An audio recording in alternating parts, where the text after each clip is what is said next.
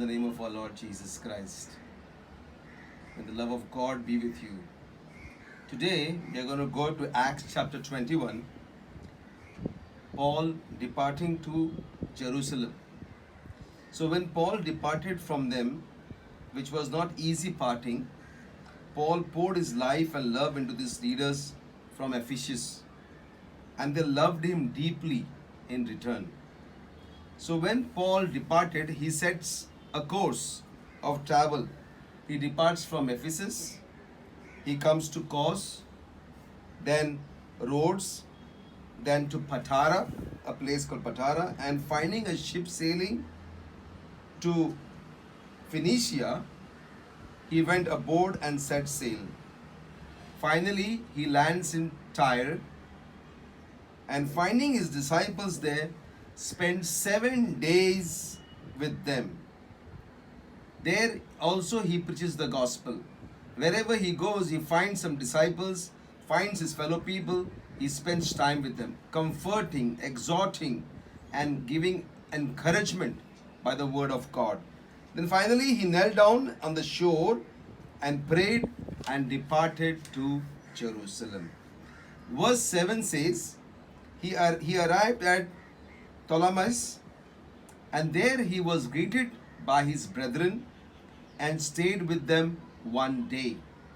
It is so wonderful for Paul and his companion to find Christians virtually every city that they went.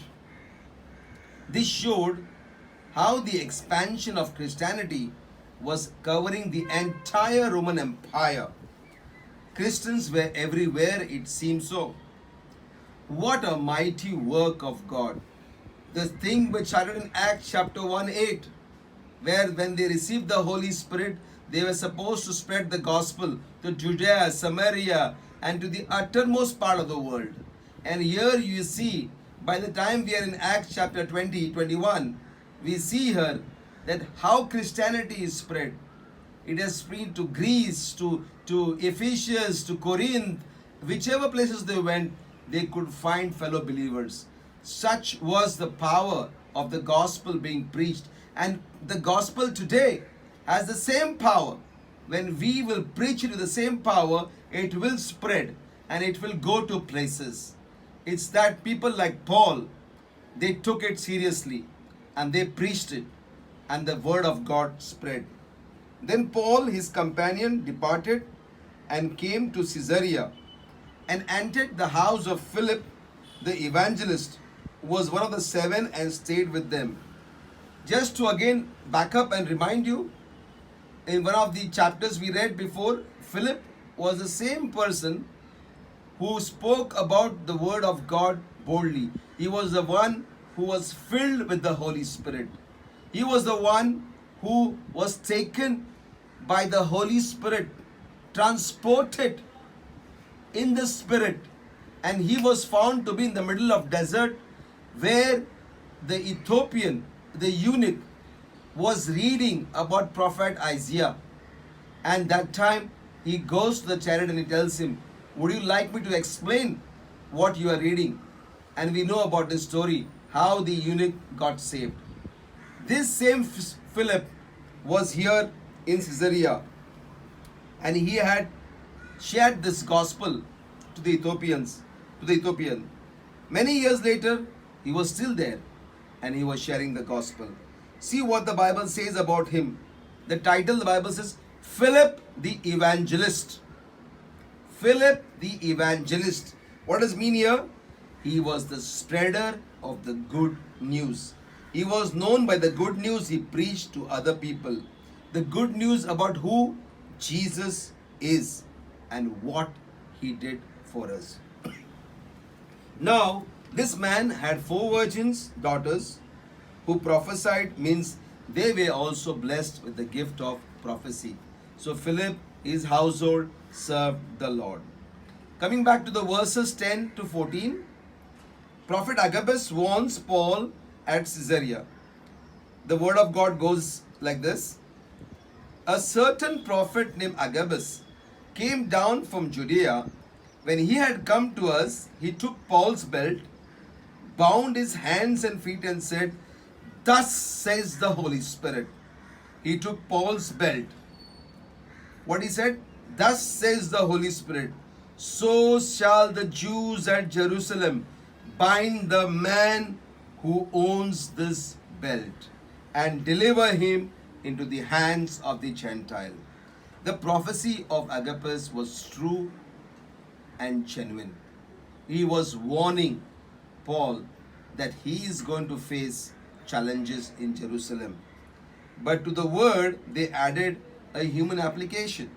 They pleaded with him not to go to Jerusalem.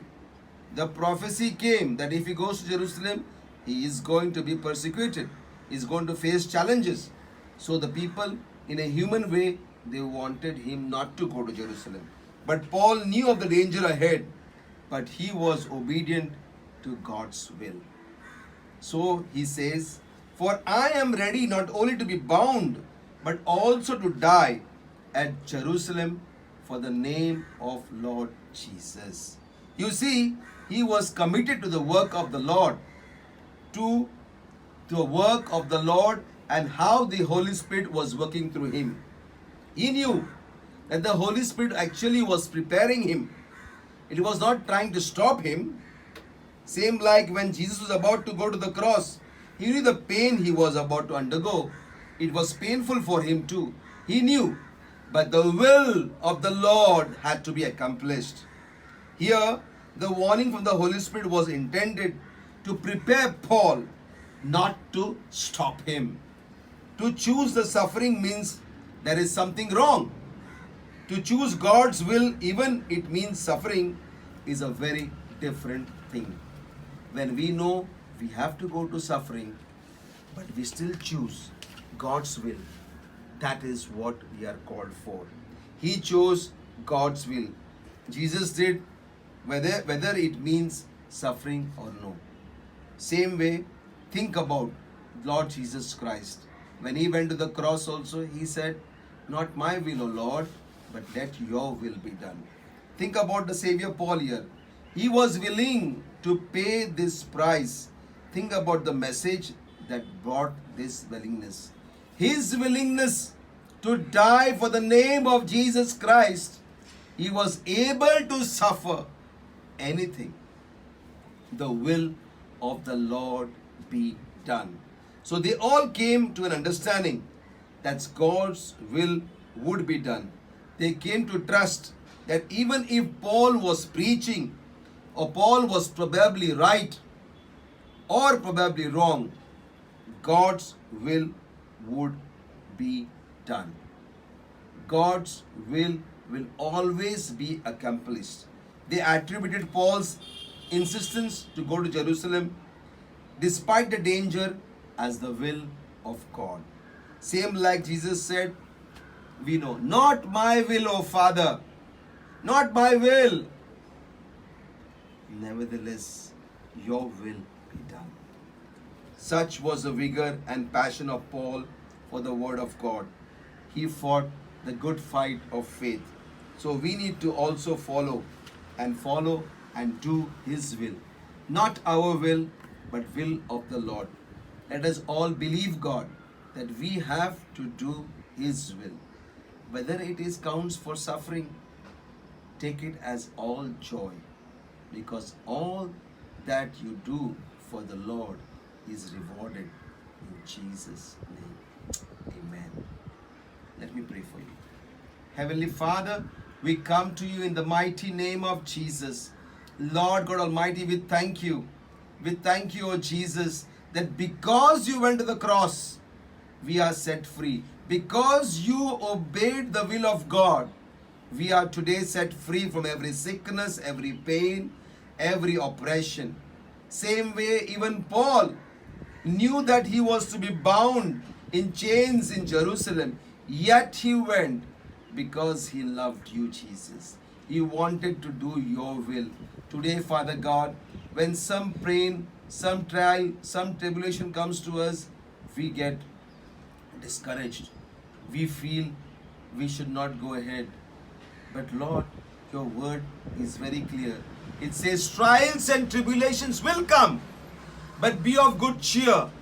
I have overcome them all. Father, in the same way today, whatever challenges we are going through, we know we will come out of it by the grace of Jesus Christ. We will come out of it by your power and by your authority.